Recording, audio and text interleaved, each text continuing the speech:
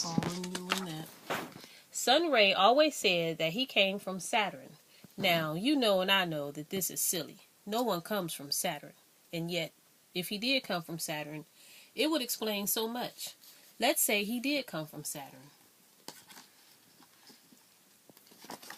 Well, on May 22nd, 1914, Sunray landed on Earth. Looking around, he found himself in Birmingham, Alabama. His parents named him Herman and called him Sonny. Being from another planet, Sunray was naturally interested in everything earthy. Trees, clouds, and spotted dogs, apples, hot dogs, and corn on the cob, hats, socks, and wigs, drawing, dancing, and throwing a ball. And most of all, music. It was the thing about the earth that was most like the stars. It is not so surprising that Sunray was a musical genius. He was a fine piano player by the time he was 11. He could notate music that he heard on the radio or in dance halls. Sunray noticed the books in the library of the Black Masonic Temple, and he spent many hours reading about the great philosophies of the earth, including Rosicrucian and Freemasonry, which another musical genius, Mozart, had also been curious about. Rosicrucianism and Freemasonry.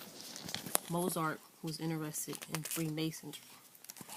One thing puzzled Sunray. The Earthlings insisted on sorting themselves into two varieties, the white variety and the black variety. Sunray was sorted into the black variety. Also, the name his parents had given him, Herman Blount, hardly seemed the name of someone from Saturn.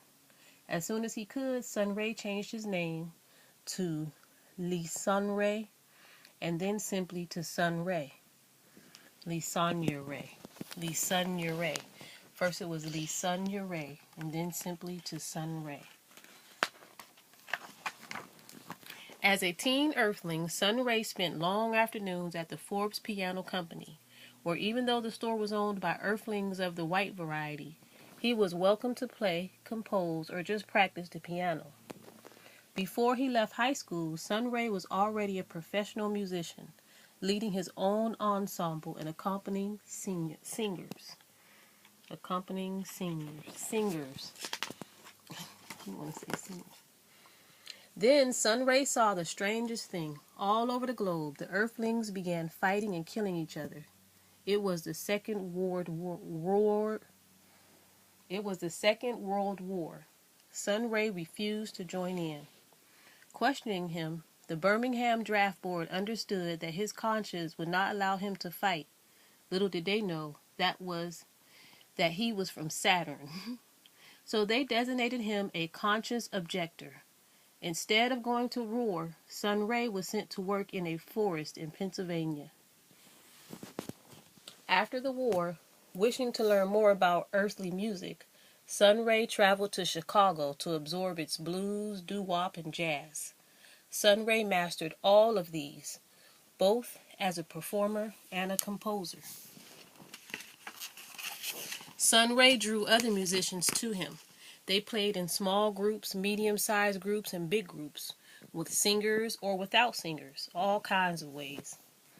They were like sailors on a boat bound for a new world of sound. And like all good sailors, they played and danced and sang while their captain, Sunray, steered the ship. They called themselves the orchestra.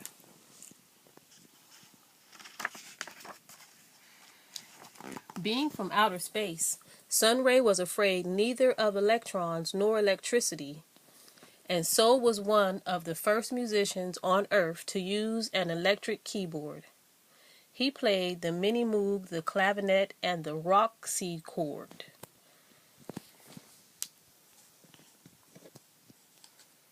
He wasn't afraid of electrons or electricity. Between working at night and rehearsals in the morning, Sunray browsed in Chicago's bookstores or spent the long afternoons simply walking the city's streets and avenues. He was an intergalactic boulevardier. This left little time for sleeping. In his life on Earth, Sunray rarely slept for several hours in a bed. He took short naps throughout the day, sometimes even dozing during his own rehearsals. When he woke again, he immediately continued with what he had been doing. In the early 1960s, Sunray sailed with the orchestra to New York City. Though some New Yorkers complained that Sunray was too far out, what did they expect from a Saturnanian? Saturnanian. What did they expect from a Saturnanian? The wise ones like Dizzy Gillespie and Thelonious Monk said, "Keep it up, Sonny." And yeah, it swings.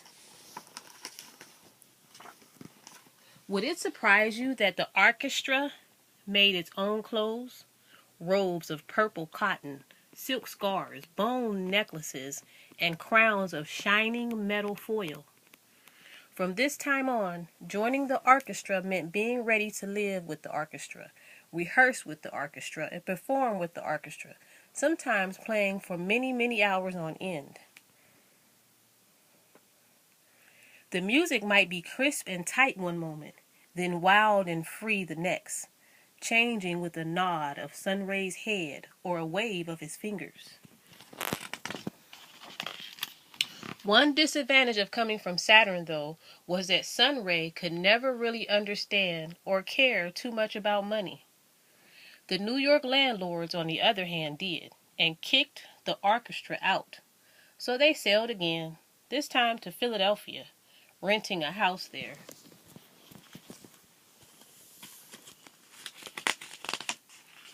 With Philadelphia as their home port, the orchestra traveled all around the earth, playing, singing, and dancing for people who spoke every language. Of all the places they visited, Sunray's favorite was where the Great Pyramids stand in the sands of Egypt. Egypt was the favorite place of Sunray. At last, after 79 years, it was time for Sunray to say goodbye to the earth and all his friends there.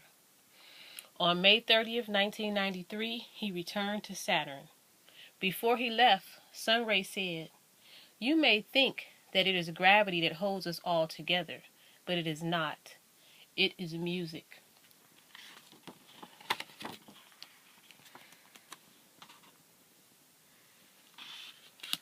Sunray, who was born in 1914 in Alabama with the name Herman P. Sonny Blount, became a pianist, a composer, a conductor, a teacher, a businessman, and a poet. For most of the 20th century, Sunray made music that is still hard to define, perhaps because he loved all music, from the poppiest pop to the weightiest classic. Always, he created his life and his music on his way, even unto the fabulous robes he and his orchestra, the orchestra, wore when they performed. Choosing to forego the traditional route of singing with a record label, Sunray released nearly all of his music independently.